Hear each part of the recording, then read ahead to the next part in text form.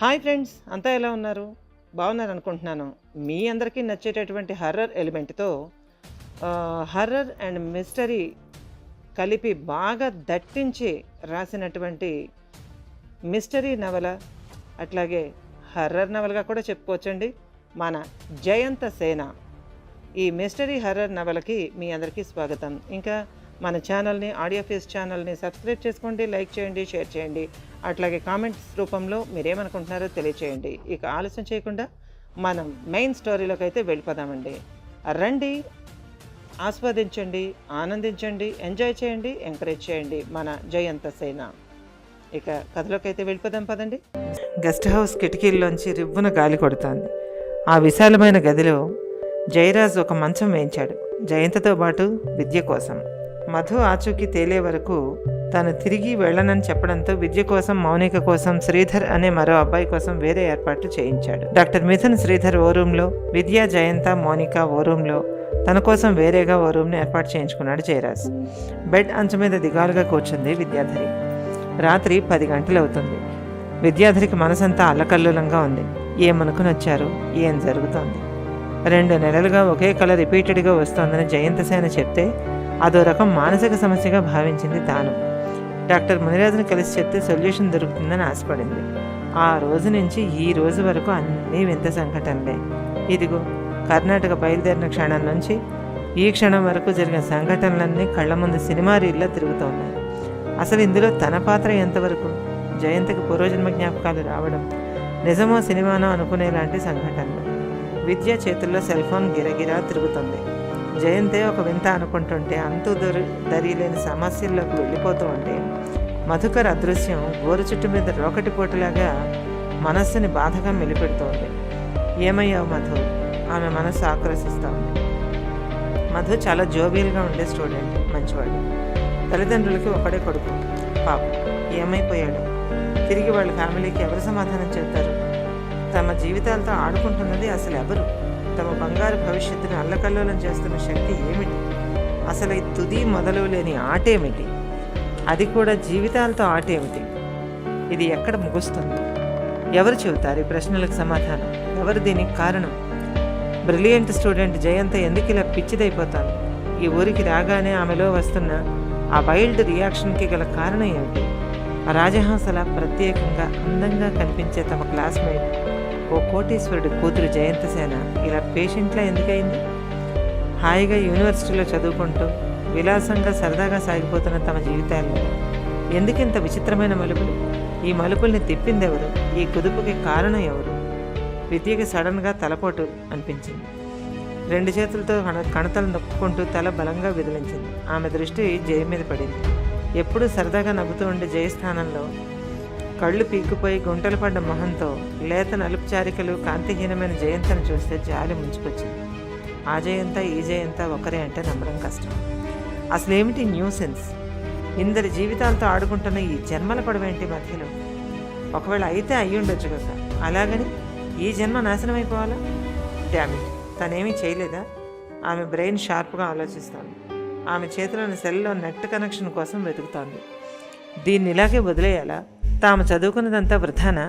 చప్పున లేచి ఓ white paper తీసుకుని ఆగస్టు 2వ తారీఖు నుంచి జయంత జీవితంలో తాను, మధు కాక ఎవరెవరు వస్తున్నారో గుర్తు తెచ్చుకొని పట్టికలాగా రాయసాగింది. ముందు చకచకా కదిలిన పెన్ను మొరాయిస్తోంది. బాగా గుర్తు చేసుకుంది.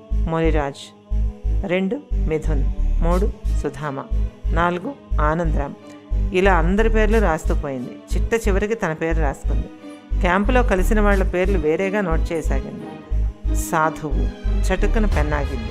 ఎస్, జయంత మంచం పక్కన తన పక్కన నిలబడిన ఆ సాధువు. అతడు కనబడి మాయమయ్యాడు. ఎలా సాధ్యం? ఇదేం జానపద సినిమానా?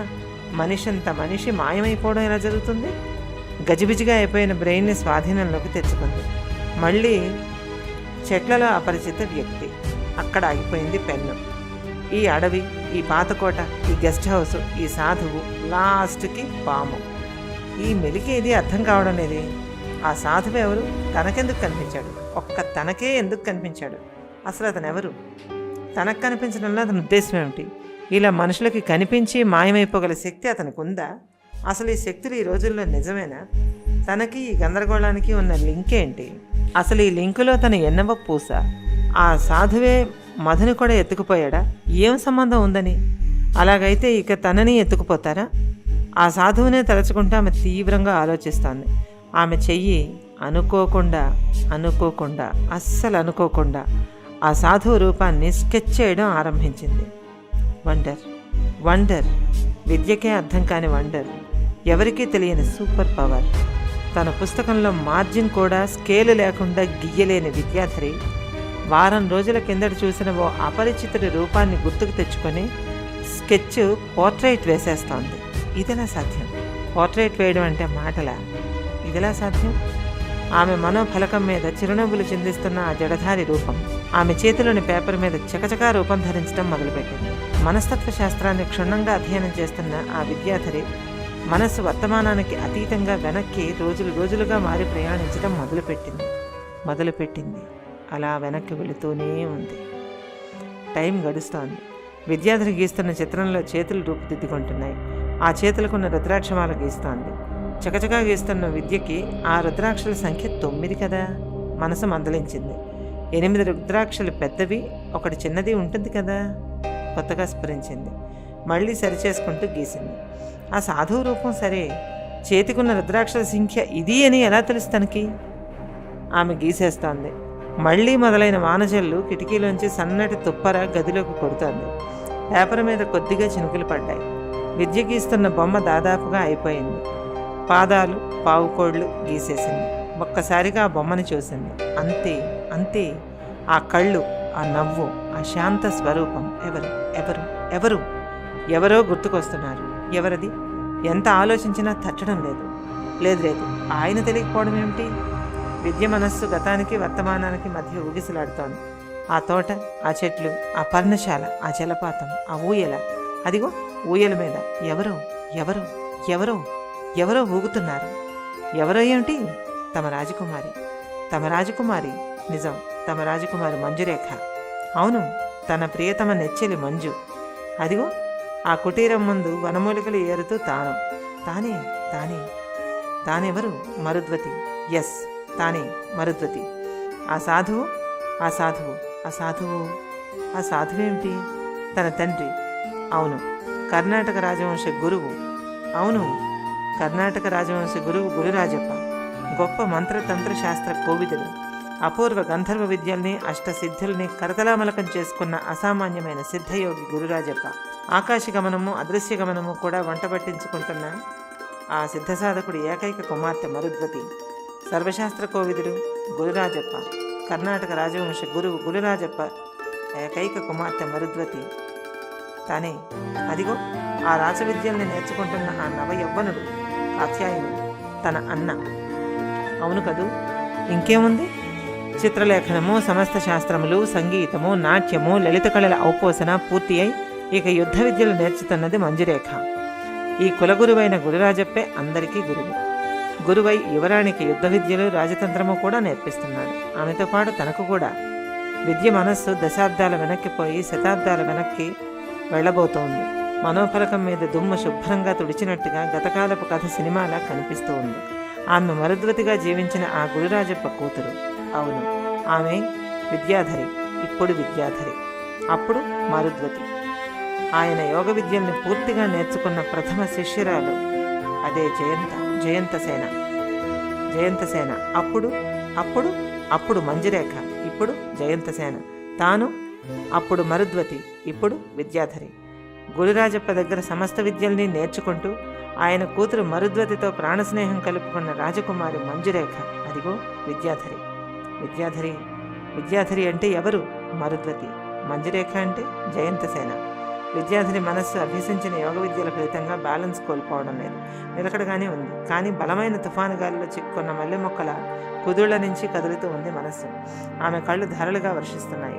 ఆ కన్నీళ్లు గత జన్మ జ్ఞాపకాల్ని మధిస్తున్నాయి. ఆమె కళ్ళు ఆ జన్మ సంబంధాల్ని వెతుకుతున్నాయి. ఎవ్వరూ జయించలేనిది మనస్సు, కానీ ఎవ్వరూ విస్మరించలేనిది వాస్తవం. తను మళ్ళీ విస్మరించింది, అయినా మళ్ళీ జన్మించింది.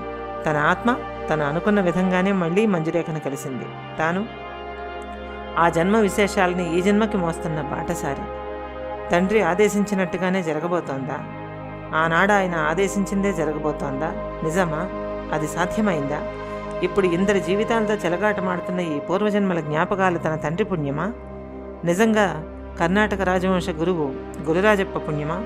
ఇది న్యాయమా? ఇదే న్యాయమా? ఇదే విధించబడిన కార్యమా? విద్యాధరి మనస్సు తుఫానులో చిక్కుకున్న ఓడలాగా చిన్నాభిన్నమవుతాడు. ఆమె చేతులు ఆ కాగితం మీద గుర్తులోకి వచ్చిన అన్ని పేర్లని రాస్తున్నాయి. ఆమె చూపులు శూన్యంలోకి పిచ్చిగా చూస్తున్నాయి. ఆమె కళ్ళు ఆ కాలపు దృశ్యాలను తిరిగి తిరిగి చూస్తున్నాయి. ఆమె చేతిలో పెన్ను తలపుకొచ్చిన పేర్లన్నీ గజిబిజిగా రాసేస్తోంది. దాదాపు పావుగంట దాటింది ఆ స్థితి. ఆమె మెదడుకున్న కెపాసిటీ మించిపోయింది. లోడైపోయిన ఆమె మెదడులో ఇక ఖాళీ లేదు. ఇక ఓర్చుకోలేక ఆమె ఉన్న పళంగా దబ్బున కుర్చీలోంచి కింద పడింది. ఒకవైపుగా పెన్ను పేపరు పడినాయి. అప్పుడే ఆ గదిలోకి వచ్చిన జయరాజ్ ఒక కంగలో విద్యను చేరుకున్నాడు. క్షణాల్లో ఆ పక్కనున్న మంచం మీదకి చేర్చబడింది విద్యాధరి. ఆ దృశ్యాన్ని తృప్తిగా చూసిన గురురాజప్ప ఆ గదిలోంచి నెమ్మదిగా అదృశ్యమైపోయాడు. భూత భవిష్యత్ వర్తమాన కాలాలకి వారధి అయిన గురురాజప్ప ప్రారంభించిన జన్మల ప్రయాణంలోకి మూడో మనిషి విద్య కూడా చేర్చుకోబడింది. ఇప్పుడిక విద్య స్థితి జీవితం ఏం కానుంది? వేచి చూడవలసిందే. అసలు గత జన్మలో మరుద్వతిగా కర్ణాటక రాజవంశ కులగురువైనటువంటి గురురాజప్ప కుమార్తెగా, ఏకైక కుమార్తెగా విద్యాధరి. ఇప్పుడు ఆ మరుద్వతే ఈ విద్యాధరి. ఆ రాజవంశజుల వారసురాలే మంజురేఖ. ఆ మంజురేఖే ఇప్పుడు జయంతసేన. ఇప్పుడిక విద్యాధరి భవిష్యత్తు ఏమి కానుంది? విద్యాధరి గత జన్మ జ్ఞాపకాలను తట్టుకోగలదా? తిరిగి జయంతసేనతో కలిసి మరొక పేషెంట్గా మారబోతుందా? లేక ఇద్దరూ సామాన్య స్థితిని పొందగలుగుతారా? అసలు గత జన్మలో తండ్రి రూపాన్ని చిత్రించినటువంటి విద్యాధరి ఆ సంఘటనను ఆమె మెదడు ఎలా రిసీవ్ చేసుకుంటుంది? ఆమె ఎట్లా ఈ గొడవలోంచి బయటపడుతుంది? లోడైపోయినటువంటి ఆమె బ్రెయిన్ ప్రస్తుత కాలమాన పరిస్థితులకు తిరిగి ఎలా చేరుకుంటుంది? చేరుకున్న అన్ని రకాల ఫ్యాకల్టీస్తోనే తిరిగి వెనక్కి వస్తుందా? లేక పిచ్చిదానిగా విద్యాధరి మారబోతుందా? ఈ విషయాలు తెలుసుకోవాలంటే నెక్స్ట్ ఎపిసోడ్ వరకు వెయిట్ చేయవలసిందే. ఇంకా ఉంది.